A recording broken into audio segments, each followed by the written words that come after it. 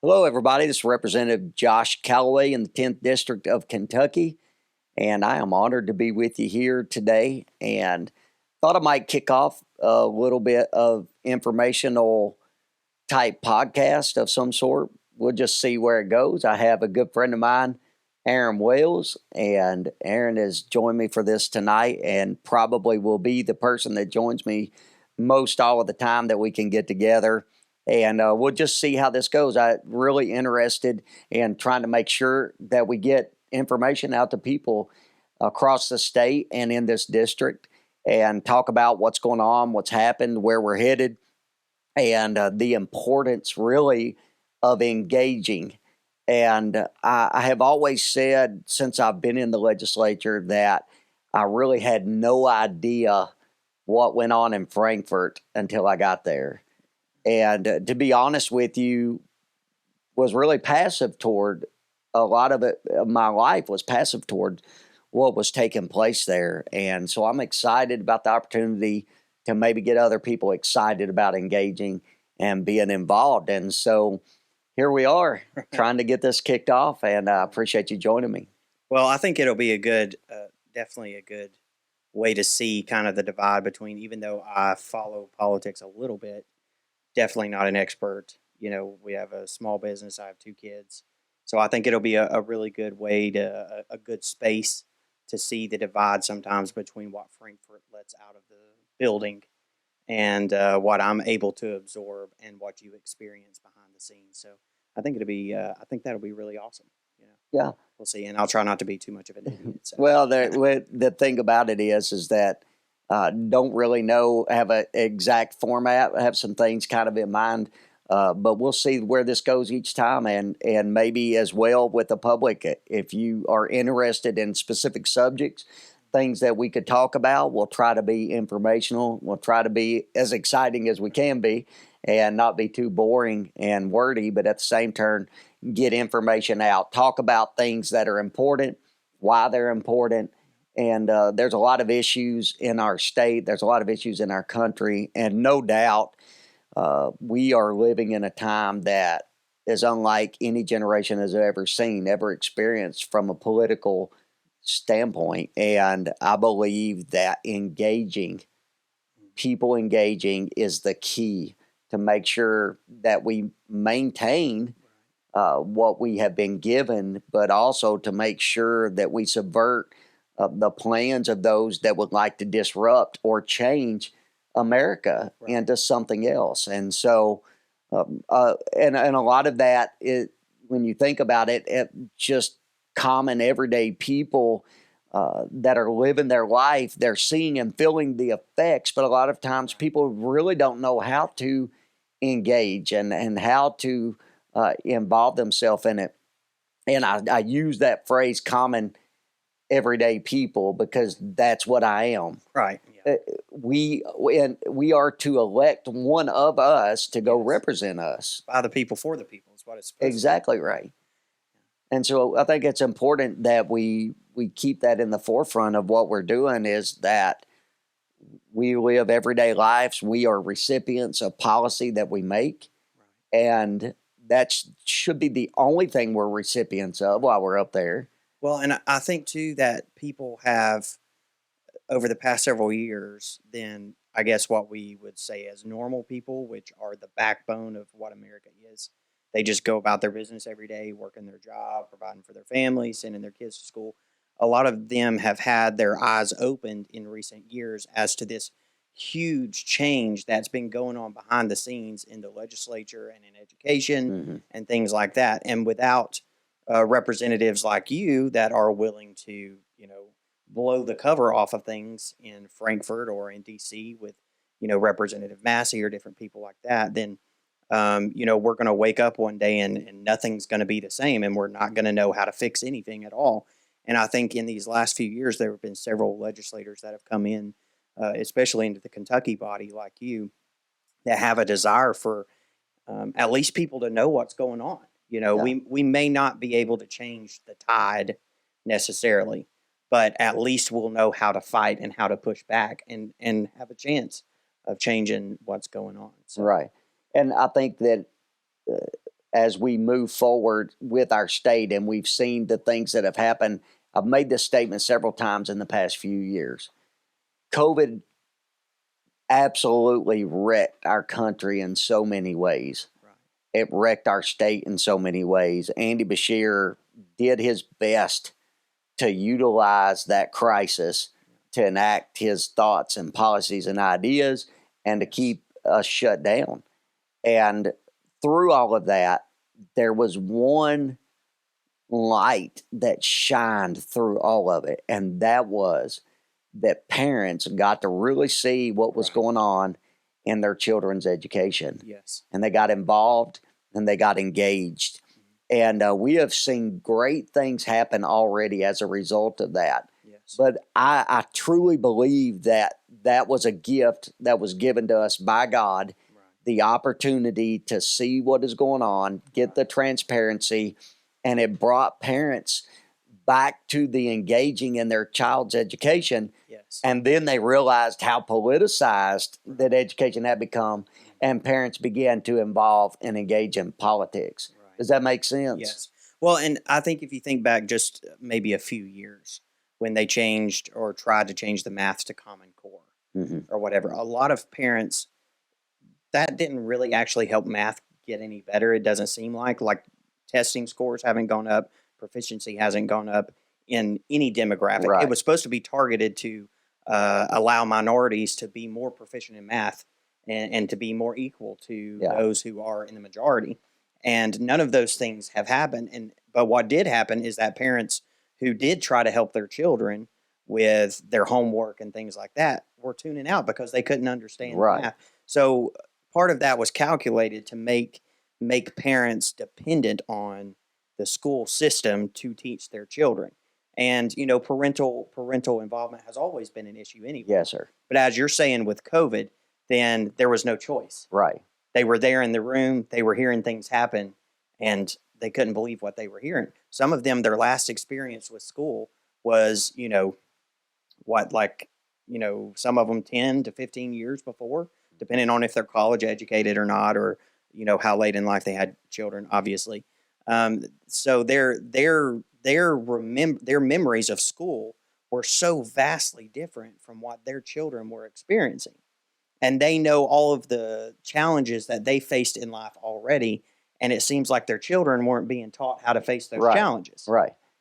And here we are, we're already into an issue. It's kind of funny because this was definitely something I want to talk about. And I've told Aaron pretty much, ask me any question you want to ask. I'll try to attempt to answer it. But I've made this statement a few times in the past month or two, is that it's almost as if that education has become a business. I mean, they have lobbying like no other, right?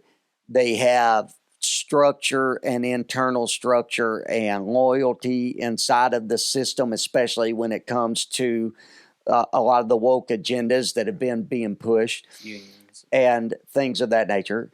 But it is amazing. It is outside of COVID, it's one of the only businesses that the worse that it does, the more money it gets thrown at it. And I know it's not, it's to be a service to our parents and our children, but that's the way it's treated. It's like the more broken it gets, well, let's just throw more money at it and see if we can make it better. And I'll say this, like, we have bright spots across the state of Kentucky in education. Yes. We're blessed to be in a rural area, and a lot of rural areas that have good leadership, good people.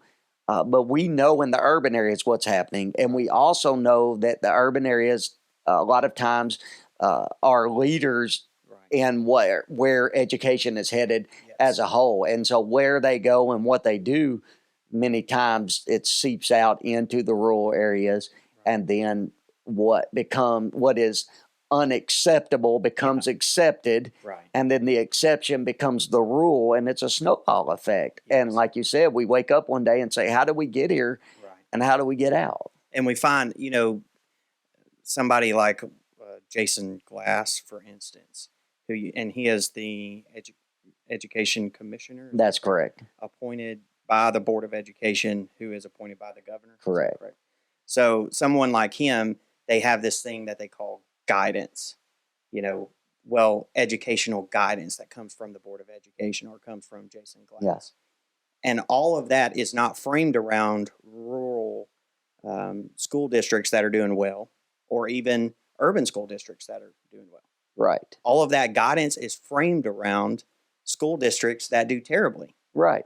And all of that ideology is already implemented in those school districts that are doing terribly, and it's not helping them. That's right. So we obviously could go on about education. education. And you brought up Jason Glass. I filed a resolution right at the end of the session calling. Can you update us kind of on how that went, or the session? Yeah. Well, or the resolution, maybe then we'll get into the So there's a process with that type of resolution that requires it to have a reading.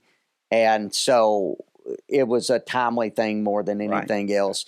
We had a lot of noise that was going on around education. And so my main goal was to get it out in the public, that we have support to make sure that he goes. Yes. And there's a lot of reasons. Some of it that I framed in there had to do with the guidance that he was putting out, and basically encouraging teachers to keep information from parents in the guidance. And then the other thing was, since he's been in Kentucky, since he came here, he has literally sought to change the culture of Kentucky. And my point was, he's got to go. That is not the kind of leadership that we want for the state of Kentucky. And so that's something to revisit next year. We have some of the governor candidates have made the commitment that on day one, he gets terminated. Miss Kelly Craft has made that commitment verbally that day one, she will give him the opportunity to resign on the night of the election. And if he doesn't do the right thing, that she intends to terminate him from his position. And I don't know exactly what the process would look like for that. We did change the law to where that the education commissioner would have to be confirmed by the Senate every 4 years. So it at least gives us the option to look at and say, where are we headed? We know we're failing. We got our test scores. And we know that COVID revealed more than it caused. If that makes sense. Yes. And so we'll see where that goes. But well, and I think it does show kind of what you are trying to show with this podcast too, is that before this session, probably less than 10% of Kentuckians knew even who Jason Glass is. And he has such an influence on their everyday lives and on the future of their children. This is the kind of obscurity that you're trying to do away with things like this podcast. And it has a cascading effect, because when you put somebody that has that mindset in a position of power, they also surround themselves with people that have the same ideology and that have the same principles and purpose. And so they begin to hire people that help implement their ideas. And the people that they hire aren't approved by the governor, correct? That's correct. They stay in those positions maybe even after that. That's correct. And so it's really been, I believe, an ongoing plan for a long time in the education system for people to engage with ideology and to spread that and to move that. Are already rolling too well. That's right. So the protest that came up, and we'll get to the legislative session, I guess, now, because I have a bunch, not necessarily a bunch of questions, but would like to hear a lot from you about how that went. But the protest that happened, that seemed to have very little notice, but all of a sudden 500 kids from all over Kentucky show up in school buses that are paid for by taxpayer dollars on the Capitol grounds, paid for by taxpayer dollars. Representatives standing in front of them that their salaries are paid for by taxpayer dollars.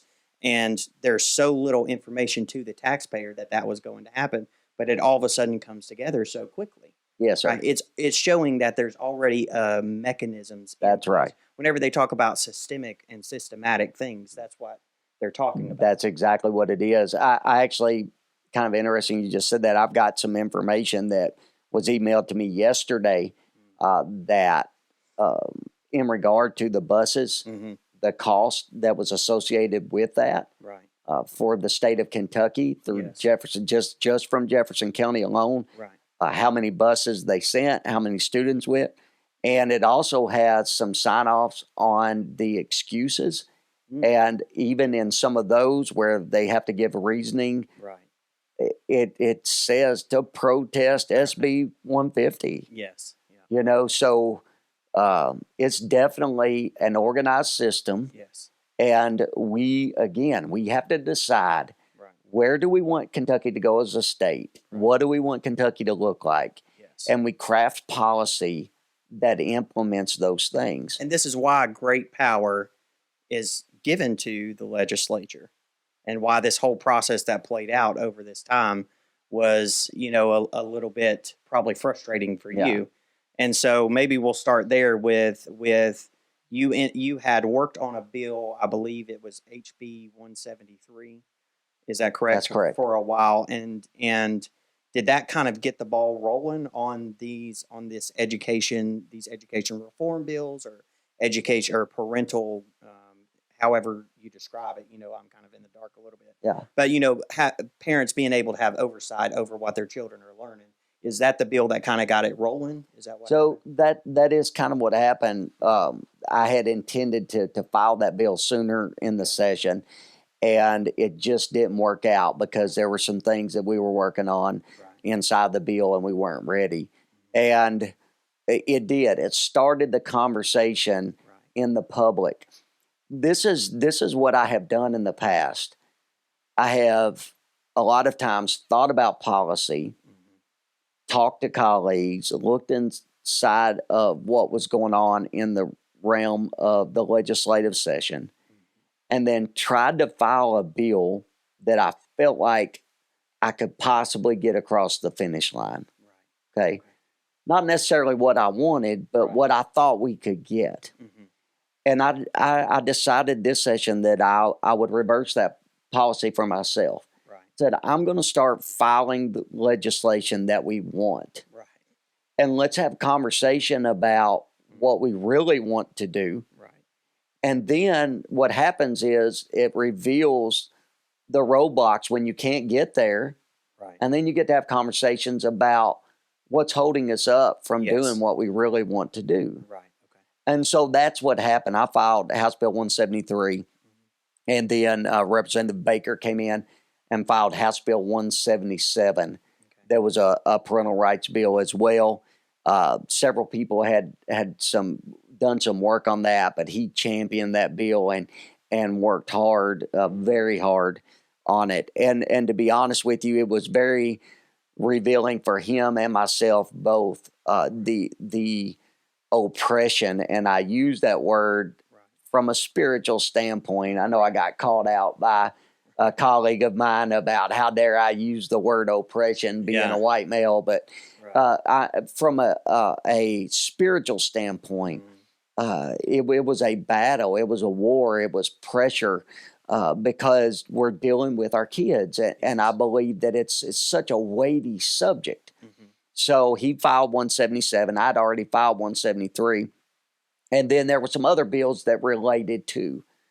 So, for instance, mine, I was trying to stay solely inside of education, because when you get outside of education, you're dealing with different sets of laws, Right. when you start dealing with public places and things of that nature. Yeah. So in this process, Senator Titchener had also filed a mirroring bill from my House Bill 173.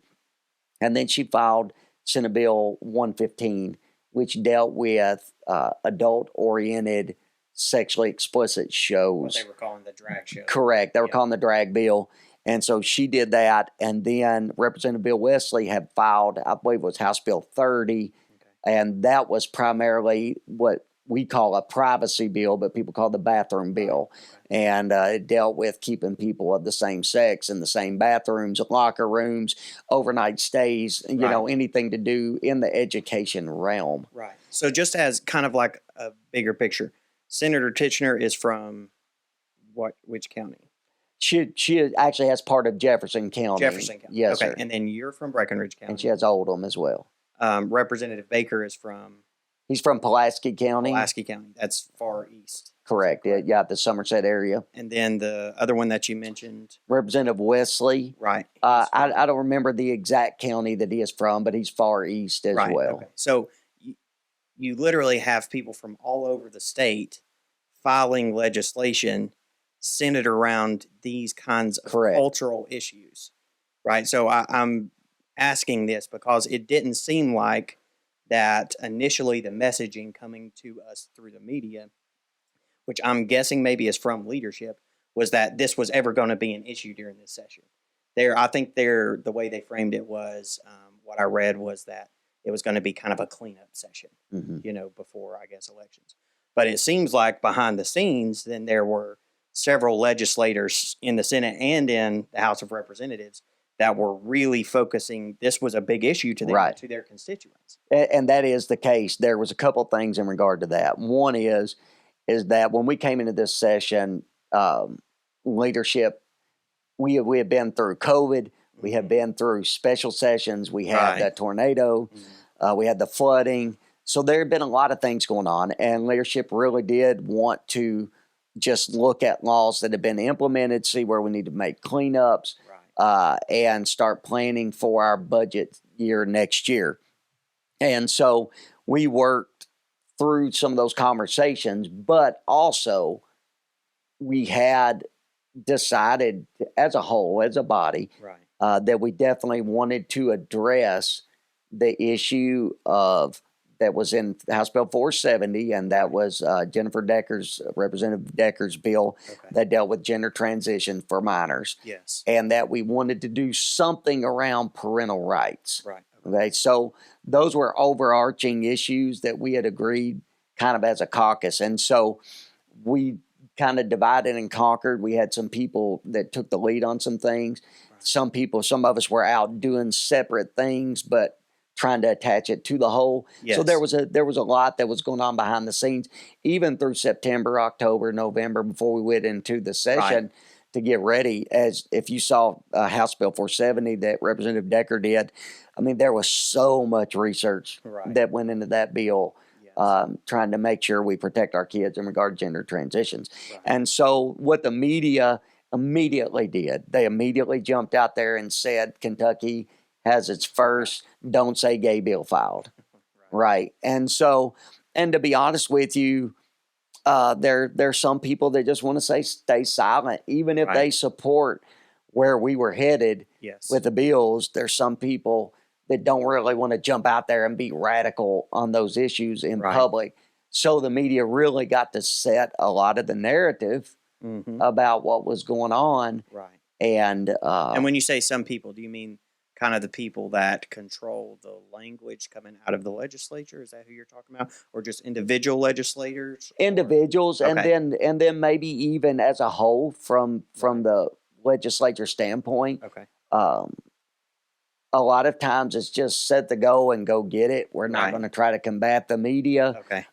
And so it's just a lot of times people just tend to stay away from it for that reason. And the media typically tries to twist your words. They're trying to draw the picture the way they want it to be viewed. Right. And they really outdid themselves in a lot of ways. I mean, they called it Slate of Hate. Yes. That was a media creation there. Yes. It was apparently came from some of the reporters that actually are supposed to be just reporting on the Capitol proceedings. Yes. And they have these slogans that they come up with. Oh, yes. Because they oppose the legislation. Yeah. And they definitely engaged in the biased verbiage that went out. So now you had mentioned something before about the fact, not necessarily here, but you had just mentioned in passing before that there's a lot of threats that come to you via email, via voicemail, the same thing with Senator Tichenor.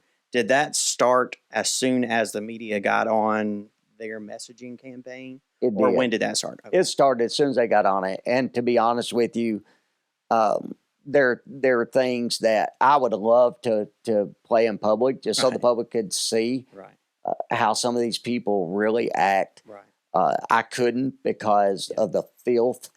And the other thing that really bothers me as a man Yes. is that they would speak to a lady in that way. Right. Some of the things that Senator Titchener received Yeah. was absolutely filthy, and the so-called quote unquote men Right. that did that, they have beyond major issues Right. to say the kind of words and make the kind of threats that they would make Yes. toward a lady Right. who's just there trying to do the right thing and protect kids Right. is beyond believable. And I'll just leave it at that. Yeah. But it was filth and trash. Again, behind the scenes, this is what's going on. Correct. On the floor of the House of Representatives and in the Senate. Then we're hearing this message, those of us who watch some of KET, well, all we want to do is love people. It's all about love. This one representative said, whenever I stand before God and he asked me who I loved, he said everybody. Yes. But it's obvious that behind the scenes they don't love everybody. That's correct. The people that were pushing against what we were trying to do, some of those people, and I'm confident that it's not the majority Right. of those people, Yes. but some of those people are the most vile, hateful people Yes. that I have ever engaged with in my life. And is it just located in Kentucky, or where is? No, it didn't just come from Kentucky. Okay. It's concerted. They're very organized. Yes. Concerted So effort. it's organized. And it comes from all over the country. And so they have the ability, that side, as we began to form legislation and put it in the public, Right. to literally turn it on like a water spigot and begin this anti-campaign. Yes. And a lot of it is we're against your policy. A lot of it gets very personal. Right. They despise what we're doing, and they despise who we're doing it for. Yes. And it, it is what it is. Right. It Big makes surprise. you think. Yeah. It makes you think. It's when people make threats toward you, Right. you think differently sometimes when you're in public, when you're in cities, when it just Yes. makes you think. But it considering how much mileage Democratic politicians or representatives get out of like one death threat, or AOC being in a building adjacent in, you know what I'm saying? Exactly. Which obviously was probably a scary situation for some people, but her just being even in the general vicinity, Right. it was played on the media constantly. Yes. But a constant deluge of threats for months against the representatives of our state that are duly elected from people not only inside of Kentucky but outside of Kentucky gets no airtime. Yeah. And we don't hear about it. Right. It's because we don't dramatize it. Yes. And but I mean, honestly, if I hadn't been riding with you in the truck, then I wouldn't have known, even because you don't stand up in church or anywhere and say, Exactly. this is what's happening, and the media doesn't care. Right. Yeah. Yeah, they don't. And so it's showing this disconnect between where we live and what y'all have to go through. That's right. And what the legislature deals with all the time. Yes, sir. And what the media even presents. And it's the end result of us having to address the issues of the day. Right. And that's really what it is. It's Right. the issues of the day. Yeah. And in regard to what we filed, this is what I have come to understand. Right. Is that good policy around economic development and tax structure, all of those should be a given, right? Those should be the things that we just do. Yes. They should happen. And I believe that we have headed Kentucky in a good direction. Right. But if we do not address some of these social, cultural issues that are going on in our country, none of those things are going to matter. Right. None of those things will mean anything. Right. Because there will come a time when we will get to a point of no return. Yes. We will get to a place that ideology becomes the rule. Right. And when that becomes the rule, the way that we think and the way that we believe then becomes the enemy of the rule. It becomes the enemy of everything that they're trying to advance. Right. And we're trying to make sure that that doesn't happen. Right. That is what I'm trying to make sure, not just for my sake, Right. but for my kids' sake, Yes. and my grandkids' sake, Right. and the generations that are to come. And when I ran as a legislator, Aaron, that's what I made sure I said everywhere that I Right. go, that I want to be your voice Right. for the future of Kentucky. Yes. And that future is not just about what's going on with us Right. today. Right. It's about our kids. Right. And a lot of what, if I remember correctly, a lot of the reasoning behind you going into and running for the legislature revolved around your experience, and we don't have to talk about those ministries, but your experience with different ministries around the state that involve young children or teenagers. That's correct. So you've seen what has been produced by the education system and by our culture, and you knew that there needed to be someone to stand up for them. Yes, sir. A lot of these people will say who oppose you, who stand on the floor and say how much they want to protect children. They have very little interaction with the worst that our society produces. They are surrounded constantly. It seems to be from the visual perspective, they're constantly surrounded by people who are championing. I can't even say that. Championing. Got it. Yes. All right. Championing what they believe. Right. So they're constantly surrounding themselves with young people that support them and that espouse the things that they want to show, whereas you've seen all the rejects from their policies, all the people that they've forgotten about, and this is what initially drove you into running for office in the first place. And this is the thing, is that every time that I stand before a broken group of young people, I see potential. Yes. And that is what drives me. Yes. Is the potential that I see. I've told them so many times. I said, I understand working in juvenile detention center, working in the Bluegrass Challenge program at Fort Knox, all with children that have broken lives and broken hearts. And I've told them, I said, a lot of times people will say they'll never change. Yeah. But the drive that I've had was the ability to get to tell them that God can make the difference that nothing else can make. Right. And so I get to tell them and spread that message. And I think that I came to the place that I wanted to make sure that we protected the ability to spread that message to them. And this is the enemy of the LGBTQ plus agenda, is that message getting to those who need it the most. That's correct. They are the enemy of that. And that was a lot of the House Bill 173. Yes. It dealt with the protection of kids' minds. Right. So it would engage parents to be able to know what their kids are being taught. It allowed kids to not be exposed to people of the opposite gender in states of undress.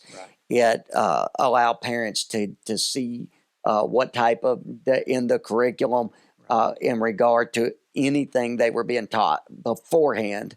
So they each, at the beginning of the year, they're getting syllabus, they're getting to know what their kids are learning, what they're learning from, and engage in that. And then it specified things they were not going to be taught. Controversial subject matter, getting into indoctrination around political ideas, and all those types of things. And basically what I said was, teach them how to read, write, and do math. And don't teach them anything else. Leave their mind open. And that is the ability that God has through their mind to get to their heart. And so that's why it was important, I felt like, to make sure that kids' minds were kept as pure as possible. And also in regard to the pornography and things of that nature, to protect innocence. Right? So there's some things that we are never supposed to know. And there are some things that we're not supposed to know except in certain ages and certain environments, and the process by which we know these things have been laid out through a hierarchy that God gives. And the home Yes, right, below God. The parents right.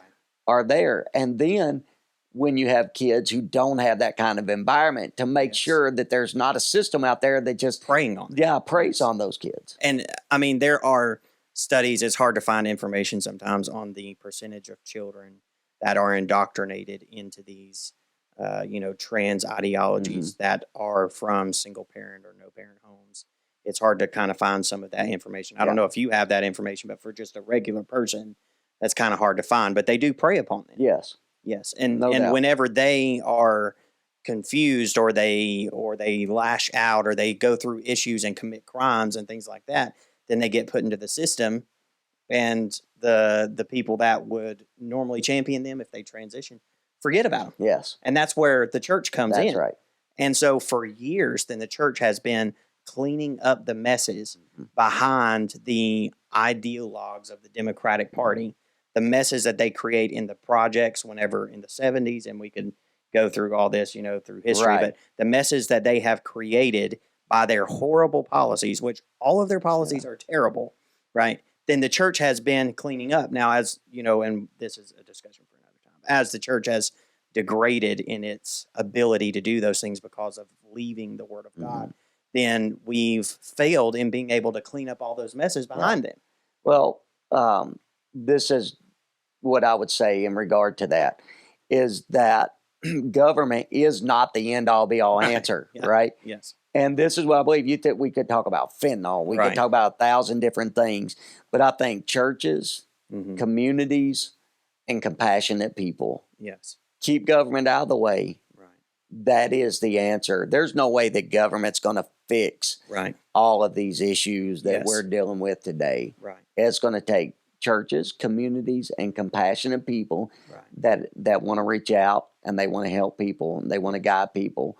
And without that engagement and involvement, all that government's going to do is regulate things to death that are not effective. Yeah. I did want to make one point here that frustrated me watching, the proceedings on the television is, the statement that you mentioned there about getting government out of things and out of family decisions. And the response from the opposition was, yes, we want to get government out of the decisions. Let them trans their kids. Yes. Right. They are completely ignoring the fact that the school system and the education system, which is the representation of government to those children, this is the most intrusion that the government will ever have as far as on a day-to-day, minute-by-minute basis in their entire life. That government intrusion is indoctrinating them into this ideology. That's right. And so they're turning everything on its head. You're trying to get them out of that, get the government out of that, and get the taxpayer-funded hospitals and all these things from performing these surgeries or giving these puberty blockers or taxpayer-funded psychologists or psychiatrists for prescribing them, trying to get all that out of it. And they're, as they are wont to do, project is the psychological term. Then they project that back onto you and expect everybody to think that they're somehow moral. Yeah. And we'll move on here into some of your questions. But I closed that out by saying that was something we really did get into, is that pushback of, well, you've been talking about parental rights and now you're overstepping parental rights. Yeah. And I think that in regard to that specific bill, that we have to understand, and we would agree, that parental rights ends at abuse. Right. And allowing a child to participate in something that causes irreparable harm is abuse. Yes.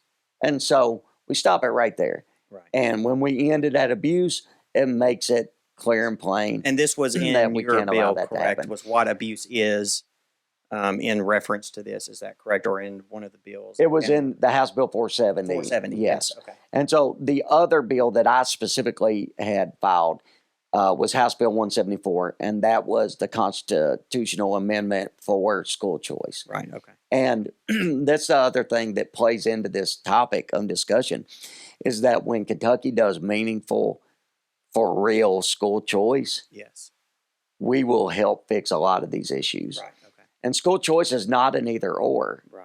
a lot of people think, well, if you're for school choice, that means you're anti-public school. Right. This is what I'm for. I'm for the best fit for every child. Yes. And parents pay taxpayer dollars in. Mm-hmm. They pay money, and they should reap the best fit for their child for the dollars that they pay for the child to be educated. Right. And so what that bill did, we got out of committee. It didn't go any further. It wouldn't have been on the ballot till 2024. Right. Definitely plan to reintroduce it in this upcoming session and try to get that across the finish line so that we were given a gift there. Yeah. The Supreme Court said, Right. got to change your constitution if you want school choice. We thought we would be there 8 or 10 years down the road. Right. It put us there right now. Oh, that's and so we have the opportunity to fix this once and for all. Yes. And we'll produce a lot of things. We'll allow kids to get the best fit, and we'll produce competition. Yes. And when public schools that are failing have to compete for kids again, yes, they'll start trying to ask themselves, why am I losing these kids? Right. And they'll have to address the problem because money always talks. And why wouldn't someone want to place their child in a school that's going to educate them? That's right. That's exactly right. Why would they want to be forced to send them to a school that doesn't educate them? That's right. So you had some questions. And yes, yeah. I really enjoyed this. Really distracted. It'll definitely grow as we go, but right. It's really good, I think, to talk through these things. Right. So there was kind of, in the process of how this all came out, HB 173, did that make a committee or did that not get a reading? Or it never got a reading. Never got a reading. Assigned to committee. But 470 did, and then Senate Bill 150 was introduced at some point as well. That's correct. So how did all of that kind of work? If you can, I don't know. Okay, so what happened is that there was a discussion going as to what the House would put out in regard to parental rights. Right. Myself and Shane Baker had given our bills to leadership to start going through, kind of start trying to decide as a caucus where we would go. Mm-hmm. And in the process of that, the Senate put out their bill, Senate Bill 150, which the media immediately called the pronoun bill. Right. And it had some parental rights pieces in it. Okay. So the thought was at that time, is this the avenue we're going to go down? Right. Because most of the time it's been this way since I've been there. You don't pass multiple bills in the exact same vein or same line. And so we kind of came to the realization and really thought and felt like Senate Bill 150 was going to be the parental rights bill. Mm-hmm. And that's what was going to move forward. Yes. And then so we produced House Bill 470 that dealt with the gender transition. Right. And then the Senate put Senate Bill 150 out that dealt with parental rights and the aspects of education. So immediately when that bill came out, I immediately made a call to Senator Wise and just basically told him, like, we have to strengthen this bill. Right. This is our kids, and let's go as far as we can go. Let's take this as far as we can. Right. And really, to be honest with you, got great reception from him. Mm-hmm. He was on board. Mm-hmm. He knew that we were probably only going to be able to go so far. Right. But he was willing to go as far as we could get it. Yes. Okay. And what would you say would be the thing that's putting the limit on that so far? So it's internal agreement. Okay. Right. On how many votes on the Republican side. Right. Okay. So yeah, it's how many votes do we think we can get? And also, we have the Committee on Committees, which is leadership, and ultimately, as the final gatekeepers, how far we can go. And so they get to kind of maybe have a lot of influence on. Did they set parameters for y'all beforehand? Like, look, we're not going further than this right here. Did they do that? Or? They did not do that. Okay. Basically, what they did was said, send us what you have. Okay. We'll start looking at it legally. Mm-hmm. So started a legal team looking at it, and then started filling out the caucus on both sides as to what support we had to pass what. Right. And so we'd actually put together I had put together what's called a committee sub for Senate Bill 150. Senate Bill 150 was going to come into committee on the House side. And I had talked with Senator Wise basically just about beefing that bill up. And we would bring it into committee. We would take House Bill 173. We'd take House Bill 177. We would take House Bill 30 and all these pieces and build it into a meaningful, very strong Senate Bill 150. Right. Trying to, all those concerns that were originally produced by all the legislators coming into the session, trying to work as much of that into one bill as possible. That's correct. Okay. And also looking at it strategically. Right. Looking at these bills and looking at people that signed on as co-sponsors. Yes. So to make sure that what we're doing, that we maintain support. Yes. For the bill. Right. And that's exactly what we did. Okay. And then from what, again, I'm reading people's Twitter feeds, that are public because I don't have social media, or reading, watching KET, all this stuff. It looked like nothing was going anywhere until, I guess, the Wednesday before the veto period. Is that correct? So that is really kind of what was going on. Okay. There was a lot of discussion and pushback on House Bill 470 in the Senate. Okay. Right. And that was the gender transition bill. There was some concerns over there about how far that bill went. Right. Primarily, a lot of it was in regard to the medical field. Got it. Because doctors would lose their license for good if they knowingly participated in these gender transitions. And so there was concerns around that. There was concerns around the counseling aspect of it. And then there was some concerns that people brought up, even Republicans brought up, that said, well, this is kind of stepping on parental rights, the argument that I had the hardest time wrapping my mind around as how somebody would come to that conclusion. But that's what happened. And so in the process of this going on, Senate Bill 5 was introduced. Okay. Senate Bill 5 was introduced as a bill that primarily gave parents a process to remove obscene material from schools. Okay. This was really, it came as a result and stemmed from a lot of things, but a mother by the name of Miranda Stovall, whose child was in a school in Jefferson County.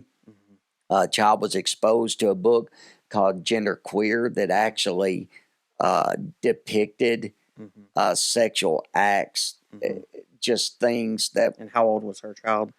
I don't know how old her child was at the time, but I'm pretty confident in middle school. Oh, okay. And so what happened is that she started pushing back.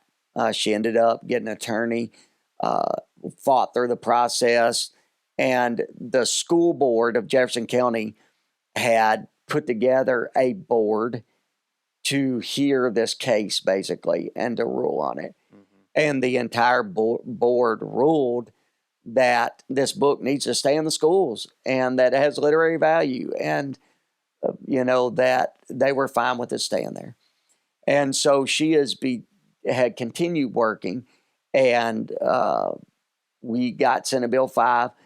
It was put together in the Senate. President Stivers primarily was the driver of that bill. Right. Senator Jason Howell had that bill, was carrying it, but President Stivers was the driving force behind that bill. And it just so happened that President Stivers went on Fox News and actually talked about that bill. Right. And talked about what his intent was for passing that bill to protect children in the state of Kentucky.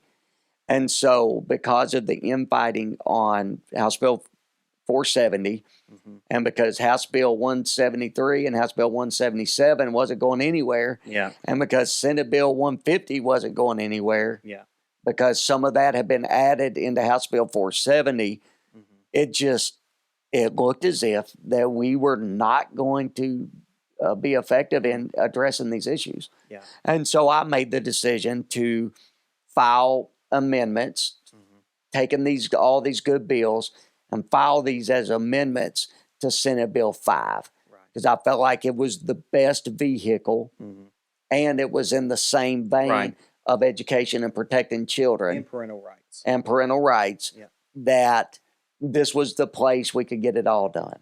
Right. And looked at co-sponsors and all the support we had, and just came to the conclusion we have the support to do this. Right. You know. And so I just made the choice to try to beef that bill up, to bring it together as our parental rights childhood protection bill. Right. And this was your, like, trying to get amendments added to that was seen as, how was that seen in the legislature? Like, from your perspective, did it seem like a bunch of people were supporting you, or this was an insult to their leadership, or how was this? So there was a ton of support, to be honest with you. Okay. A lot of people supported and understood what I did. Okay. As I stood up that night, I think you told me you had watched the video, and really what I was doing was pleading for the case, and then trying to advance this as far forward, bring the conversation as far forward as we could. Okay. And what you'll notice is that the votes were kind of up and down because we're having to suspend rules, and it's really a messy process. Right. Because some of them I filed that day, so you have to suspend the rules to hear the amendment. Yeah. And as I was working through this process, the votes are kind of up and down. And let me tell you a little bit about why. When you try to add an amendment to a bill, especially if it's an important bill to somebody, or especially important bill to somebody that's helping control what moves and what doesn't move, a lot of times people get nervous about adding anything to it because they feel like it might kill the bill, meaning that if we put an amendment on it, the Senate might not pass it, things of that nature. And so the voting didn't always even show how much support we actually had for it. Are you mainly saying because President Stivers was behind it, then people are afraid of it, or just because of this, it came from the Senate, so they're afraid to put amendments on it in the House?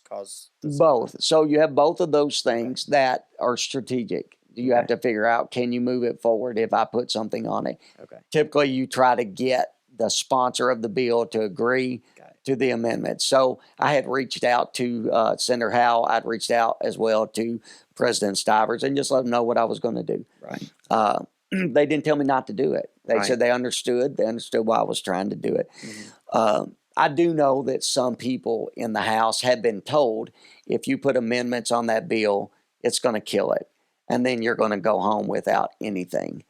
Where that information derived from, I can't tell you. Right, yeah. But I do know I had people come to me and said, we were told if we voted, on that, we could kill the bill. And were you told this before you made these that was amendments? Afterward, okay. Yeah. All right. It was afterwards. And but you had said something while you were speaking that you were putting a lot of political capital or your political future, maybe, on the line for doing this. So did you have some information behind the scenes, maybe, that they were not going to be happy with you doing this? This is the thing. Or is this a history, a pattern? It's more of a historical pattern. Okay. It's that I knew that if I tried to force something to happen, that there could be possible retribution. Okay. Not that there should be. Right. Not that I'm just okay with it in the sense of that I don't care, because I do care in certain areas and for certain reasons. Yes. But just seeing things that happened in the past, when there's consensus at the top for this is what we're going to do. Right. And you push against that, you have to be grounded in principle.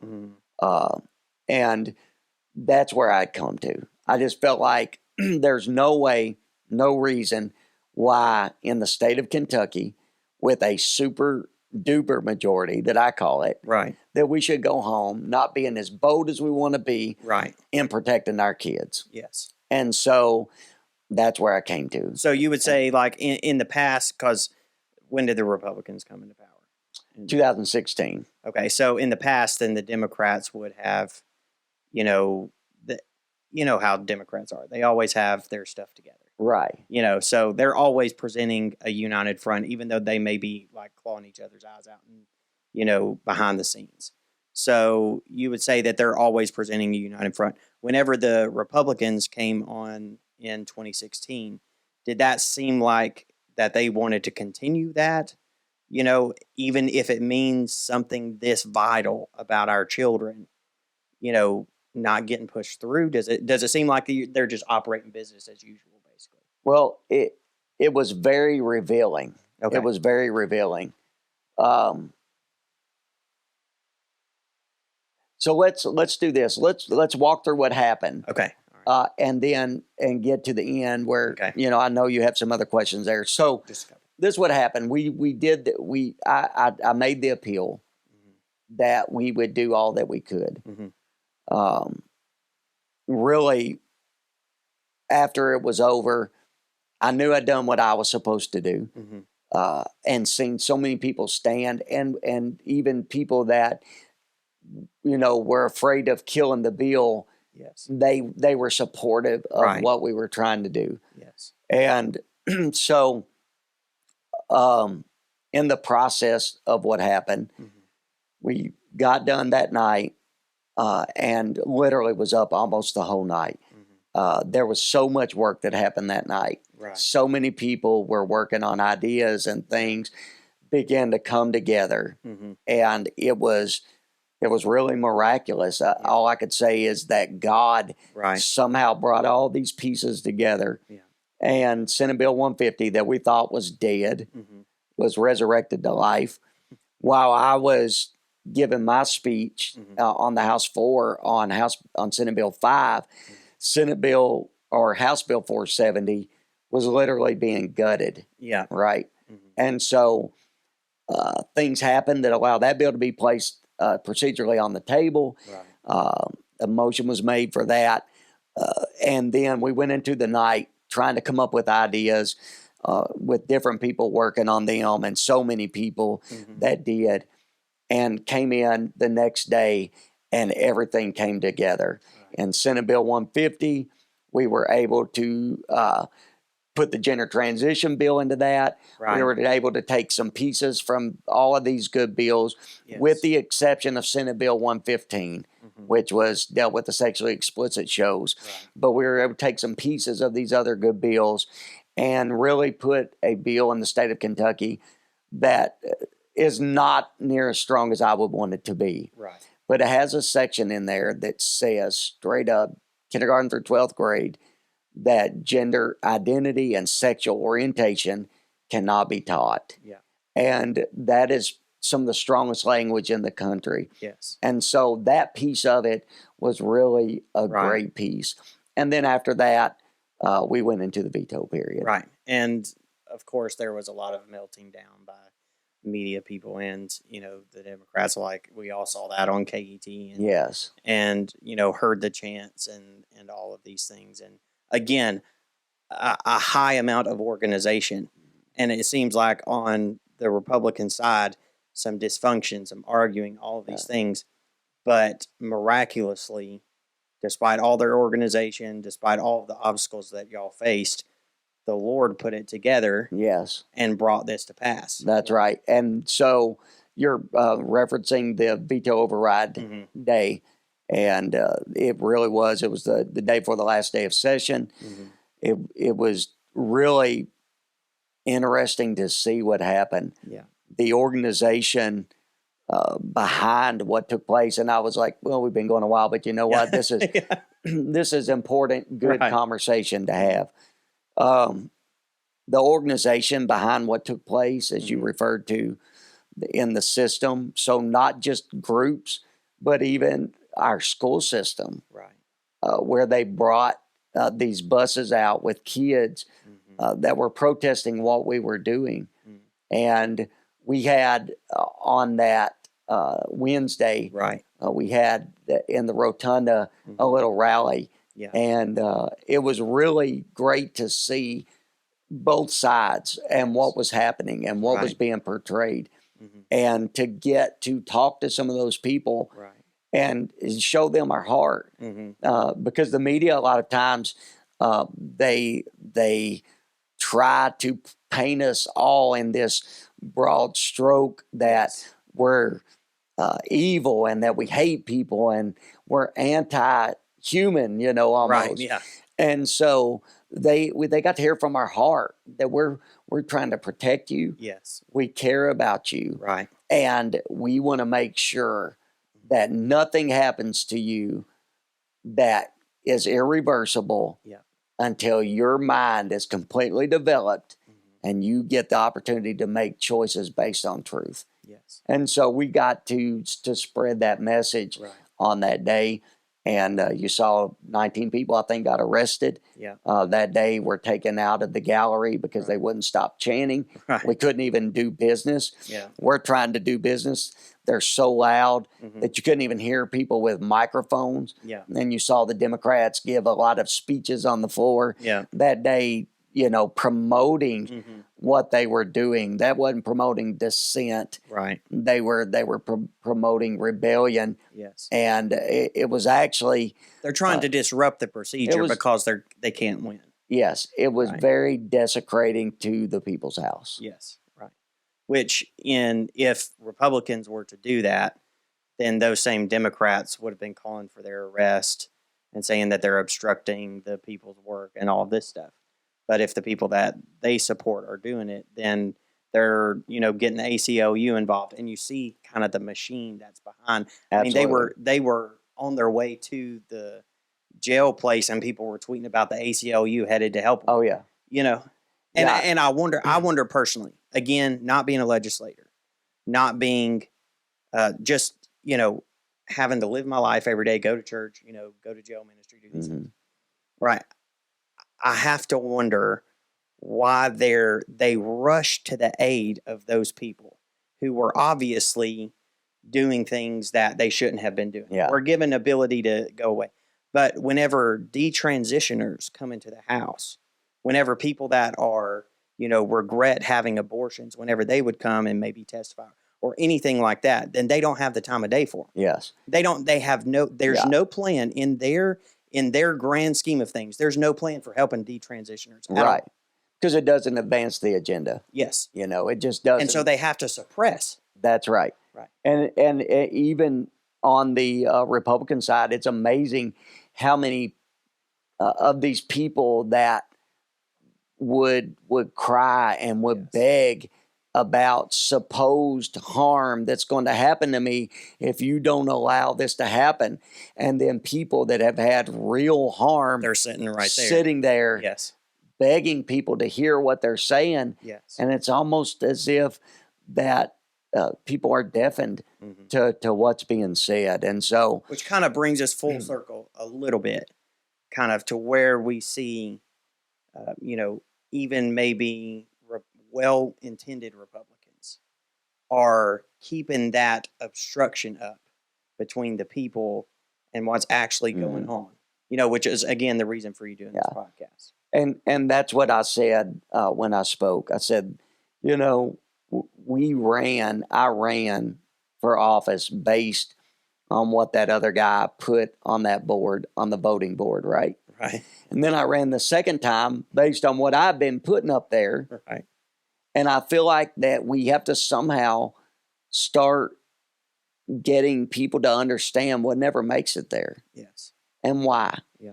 And that was one of the reasons that I filed House Bill 173, because I had so much support for it, because this is not just Josh, this is not just me, but it's people that understand we have to start putting out there what we want. Yes. And then figure out why we're not getting there and remove the blocks, remove the obstruction, and make sure that the people's voice are heard. Right. And to a lot of people who are not heard, who are not on media, who, their Facebook is shut down if they say the wrong thing, or their posts are reported by, organizations like, let's say, the Fairness Campaign, who report everything, I guess, that they can find. If I'm assuming that's what goes on. Highly organized people that seem to search for posts, anything that they believe is not being presented to them in the public, then for all of those people, then it's like, this seems like the fight of our lifetimes. Yeah. Making sure that our children don't go into a school and come out not being able to read and write proficiently and do math proficiently, but instead they think they're a different gender. Yes. And having surgeries and having puberty blockers without the parents knowing anything. This is a huge deal. This is it. This is the fight. Yeah. It's the right fight.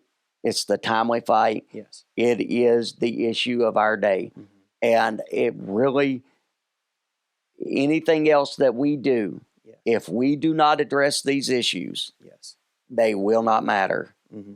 And I think that's important to get that message across. And that's why you saw so many people in the legislature that were really willing to lay it all out. Right. They were willing to do whatever. Yes.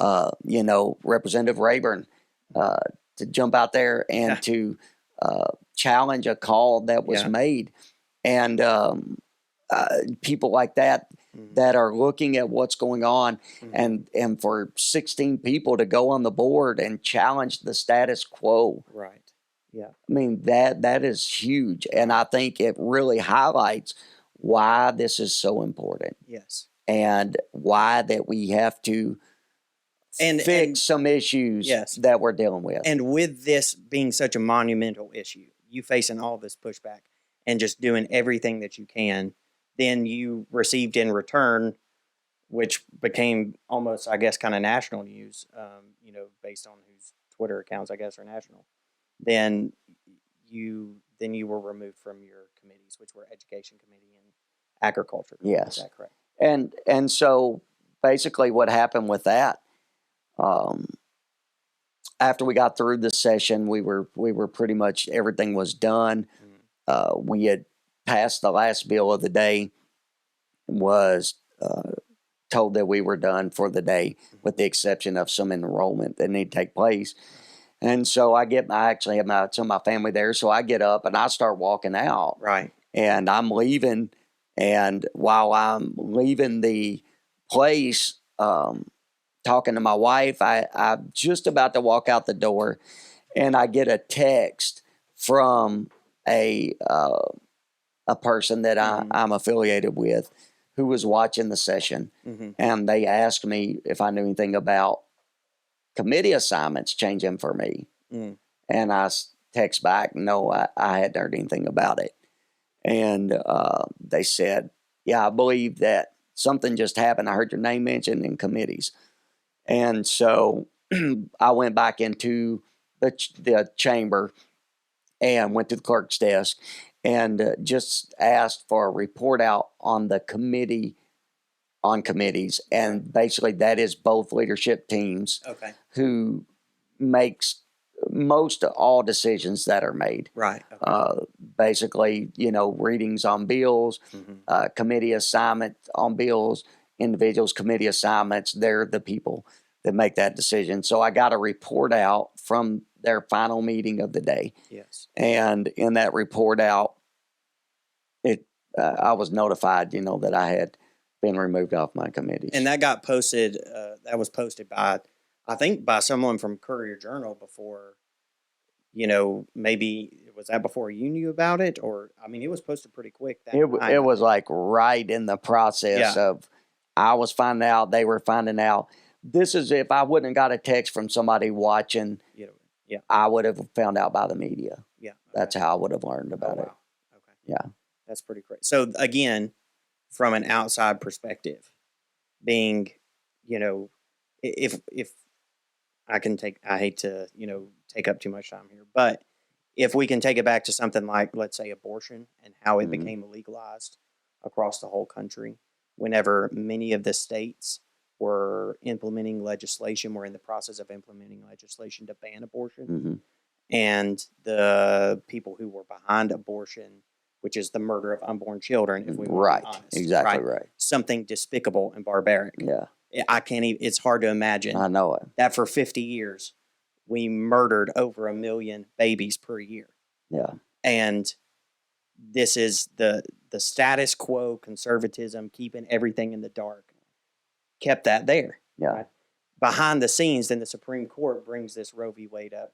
And I'm sure it played out on television and things like that. Yeah. But there was nothing for the common person to do about it. Yeah. Nothing to do.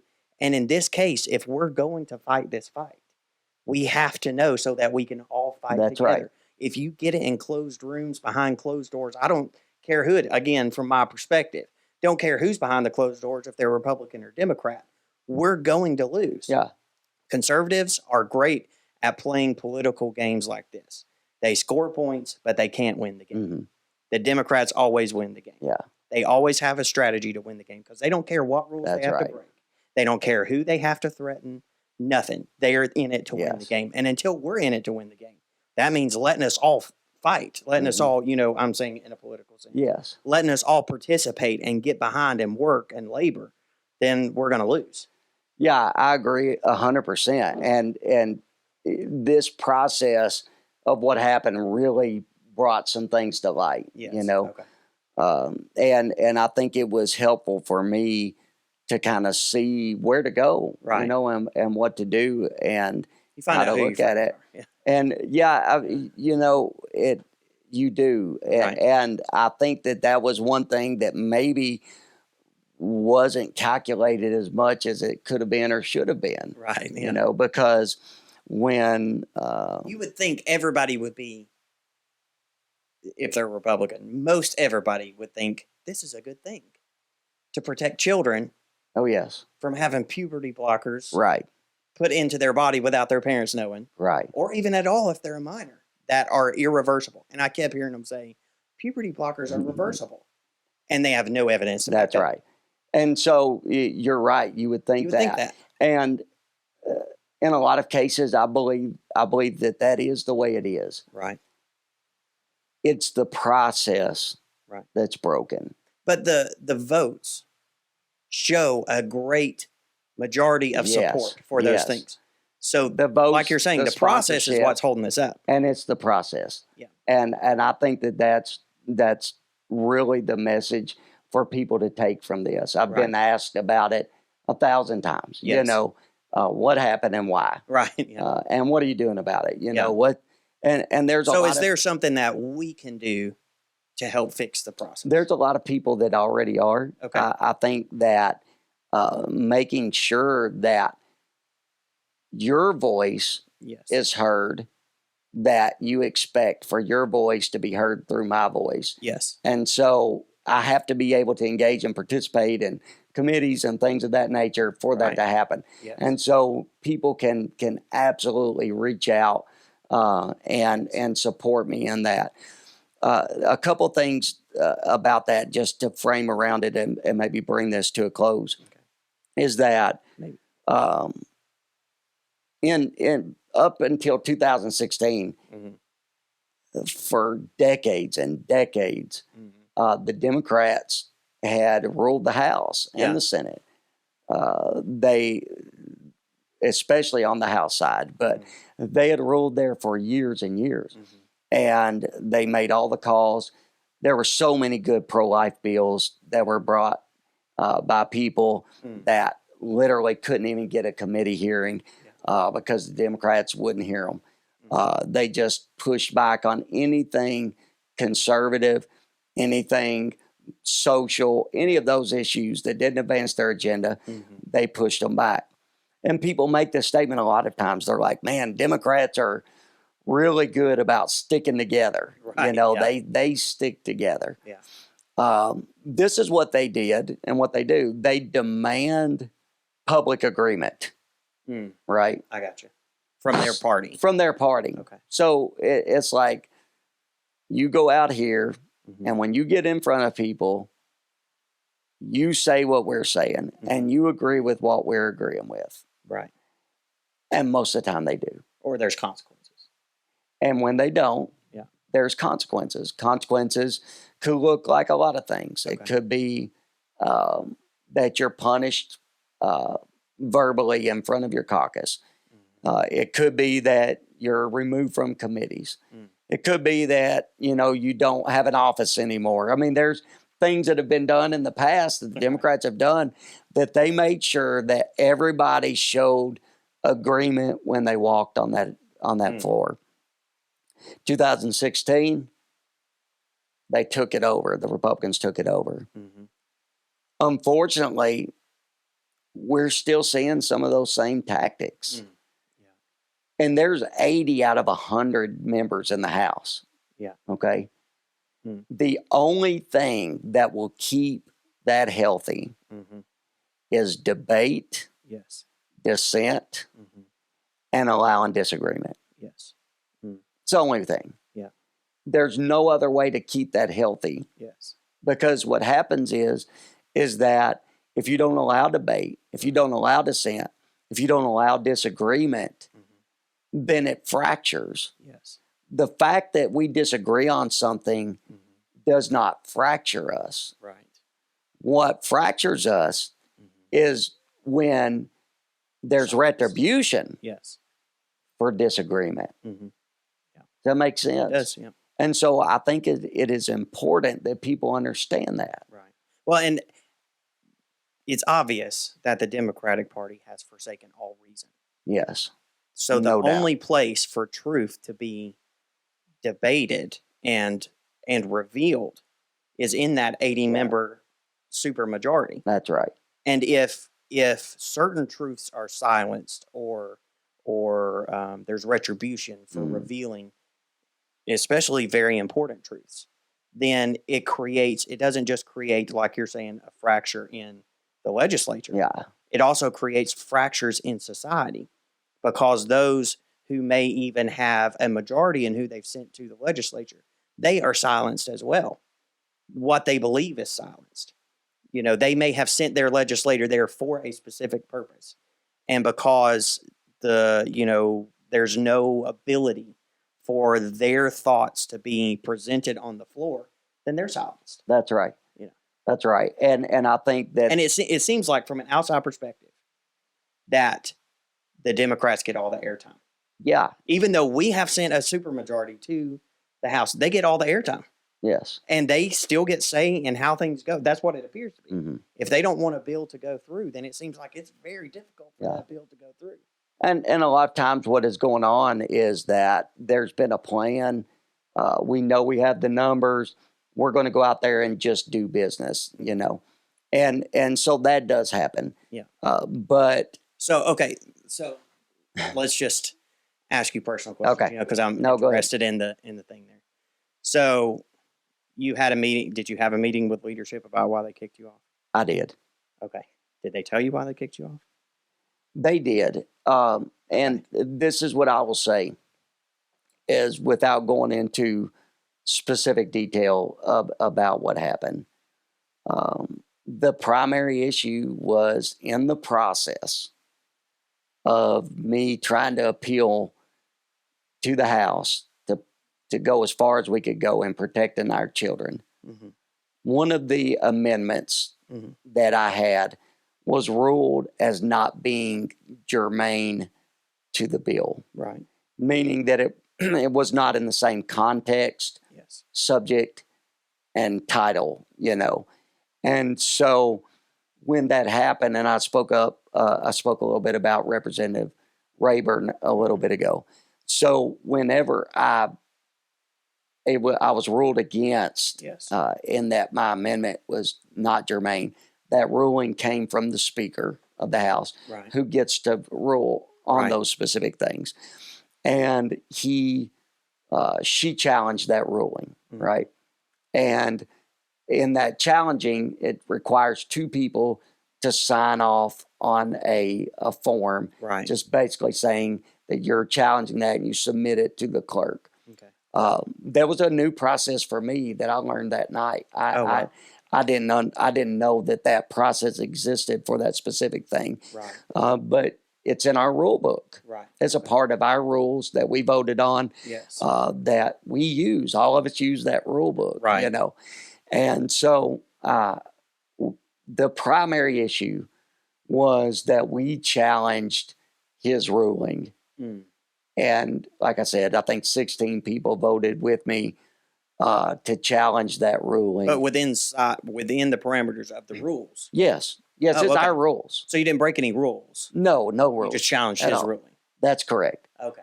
That's correct. Now, contrast that. Okay, Right. just and I'm just thinking about the process, and that's all I'm Yes. talking about. Right. Contrast that with why Eric Swalwell was kicked off his committee. You know, Yeah. he was having a sexual relationship with a Chinese spy. Right. Contrast that with Ilhan Omar. Right. Right, she was removed from her committee because she was making anti-Semitic remarks, Yes. like proven, Right. written, not hearsay. Right. And supports organizations that want to destroy it. Adam Schiff, right? Yeah. He lied to the American people. For like years. So he got taken off of a Right. committee. Mm. Look at what just happened in Tennessee. Yeah.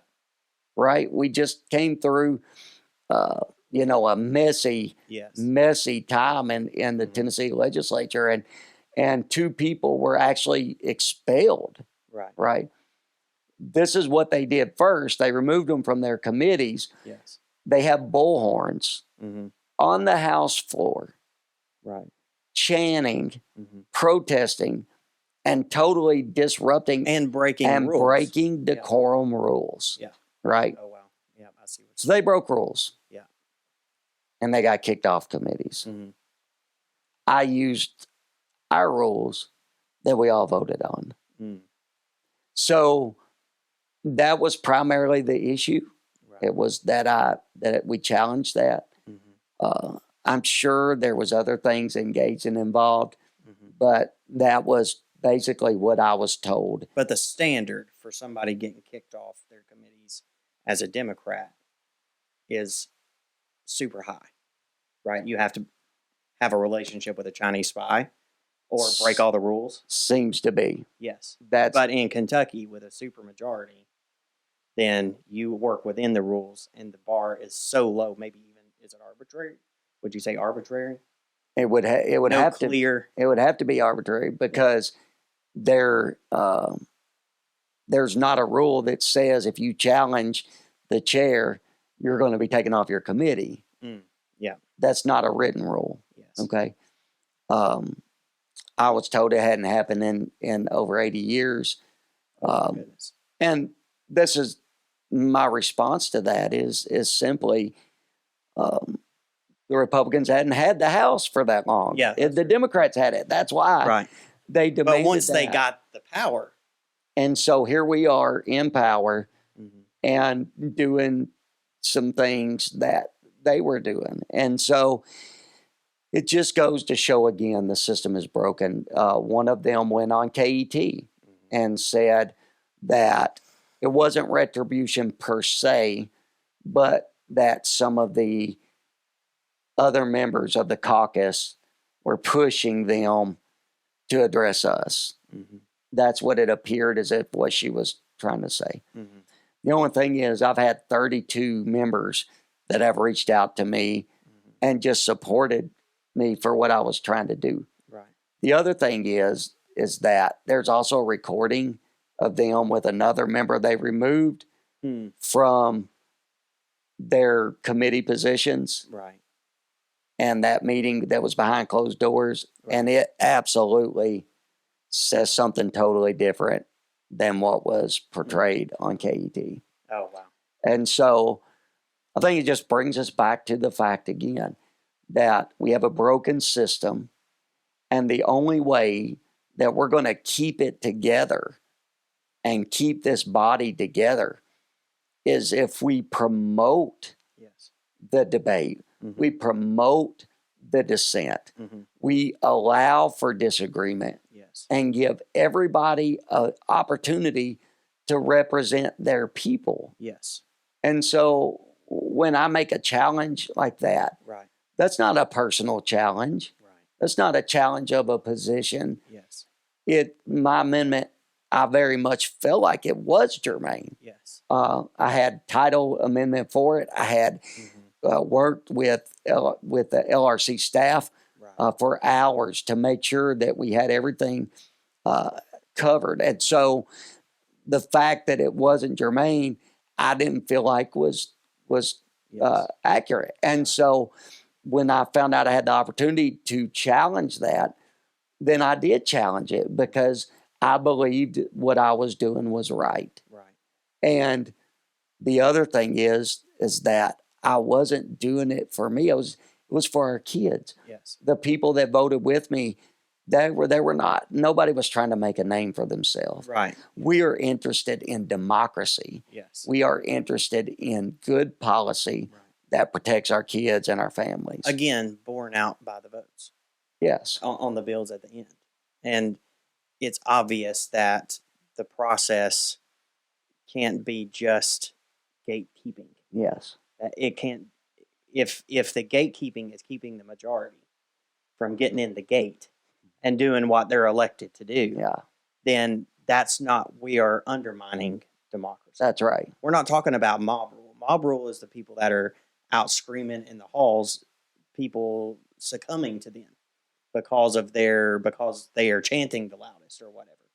These are people that are duly elected, and because of a process that is sounds to me personal. I don't know if it is or not, but sounds to me as personal. Yes. Then the will of the people is being held back from Yeah. what it could accomplish. And there's no doubt that it was somewhat. It had to have been somewhat personal. Yeah. It's seen as, I don't know, a break in rank, Yeah. attack on leadership or credibility. I, to be honest with you, I really don't know. Yeah. In that sense, this is what I do know, is that the process right now requires uniformity and conformity. Mm. And when that happens, a lot of times the best ideas never make it to the top. Yes. They never make it to be able to be heard and to be able to debate and to make better. Well, and historically in legislatures, we have a couple hundred years of history here with state legislatures and with then generally that does not fly very well. Yeah. So if that process is not working, then that generally doesn't fly well with the legislators. Yeah. And so that, sounds like where you're sitting right now. That's right. That's right. You're in a place where you don't understand, you have a bunch of support behind you, people that support you or supported what you did, at least within the rules. And, then you have people who are standing in the way of that. Mm-hmm. And we've had some people get behind us, some group CEO and the Louisville Right to Life have put some petitions out and, requesting leadership to look at this. Congressman Massey has been very supportive. Mm-hmm. And to be honest, a lot of these candidates that are running for statewide office have reached out to me. Right. They've been very supportive. And we've got to address the process. Yes. If the people's voices are going to be heard, right, we have to make this process to be open and welcoming to these type debate and dissent. And then the other thing is we have to understand status quo, quote unquote, leadership is not going to address these radical problems we are dealing with. If we do not get a strong, bold leader that comes out in this governor's primary, Andy Beshear will be a second-term governor. Status quo leadership is not going to get it. I'm not saying that because I think that I'm anybody or anything. I'm saying that because that is a fact. We have seen it. Look at what people like Ron DeSantis have done in Florida. Right. And what we have to understand is that leadership leads. That means that you're pressing against the opposition in the front. And that's what we need in this state, Aaron. We need people out here, and that's what I compel people to do. Look in this house. Mm-hmm. Find out where and why things are being blocked, and help us fix this problem. And I think think people are waking up. I think we're seeing people that are seeing what's going on, and hopefully things like this, our discussions, Right. Yeah. we'll talk about some things, and maybe if you have an idea for something that you as the public would like to be informed on, Right. or like us to discuss, message that to me and let me know. We'll get contact information, everything as we do this. Yeah. Next time we're talking about a name that we would call this, and we don't know. We may be able to do it once a week, once every 2 weeks, but at least try to keep people informed and engaged. Yes. What the other thing we're working on is we're working on a way to call people to action. Mm-hmm. And so trying to build a database with information. So in the near future, we'll be getting some information out to you and to the people, Aaron, and let them know. If you give us your information, we'll keep you up to date. Right. We'll try to tell you when and where we need to engage. Yes. And the key is when it comes time, we got to be there. Yeah. We have to engage. We have to support, and we have to be bold. Yeah. That doesn't mean that you have to be, crazy right-wing extremists, as people say. But this is what we know. Our society has come so far. Light dispels darkness. Yeah. Darkness cannot exist where light is. Right. And when we are the light, we're shining the light on corruption, shining the light on wickedness. Yeah. We're shining the light on these things. Mm-hmm. The dark's going to hate it. Yeah. And we are going to have to be strong and bold. Yes. And I think if people will do that, I believe that we can see America turn around. Yeah. And we know that God said, if my people which are called by my name will humble themselves and pray, seek my face, turn from their wicked ways, then will I hear from heaven, forgive their sin, will heal their land. Right. So we know all of that is involved. Yes. But first, people got to wake up. Right. We're not talking about being woke. Right. We're talking about being awake. And there is a big difference. Yes. Yeah. And there's it's obvious that we're in a great battle against the worst lies ever created. Mm-hmm. And our best weapon and the most solid weapon that we have is truth. Yeah. And they hate truth. That's right. And they hate the truth getting out. And that in the Bible is described as light as well, truth and yes, sir. Described together. They hate it. And they need to know not that there will be people that will be radicals against them, even though we are not moving in where we stand. But they need to know that no matter if they take the majority or if they win a battle here or there, that there are those who are going to stand on truth and not going to compromise no matter how long it takes. That's exactly right. I think next time I would really like to dig into some of these specific things that our children are being exposed to in the school system.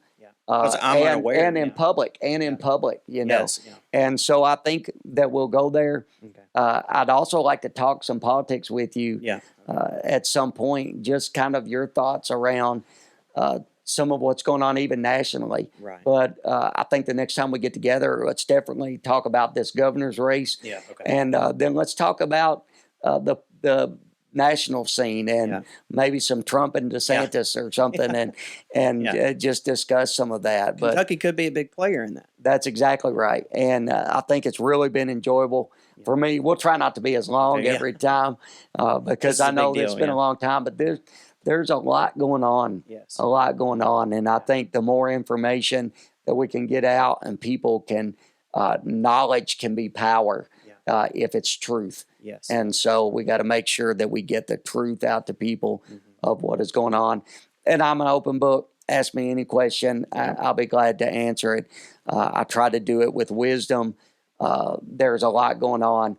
And what happened, we dove into this situation with me losing my committees, but I'm not going anywhere. Right. I'm only more invigorated to fight and to do what is right and to see if we can continue to make meaningful change in the state of Kentucky. Amen. So thank you for joining me tonight. Yes, thank you all that will see this, and feel free to send any questions that you might have, and we trust that God will bless you.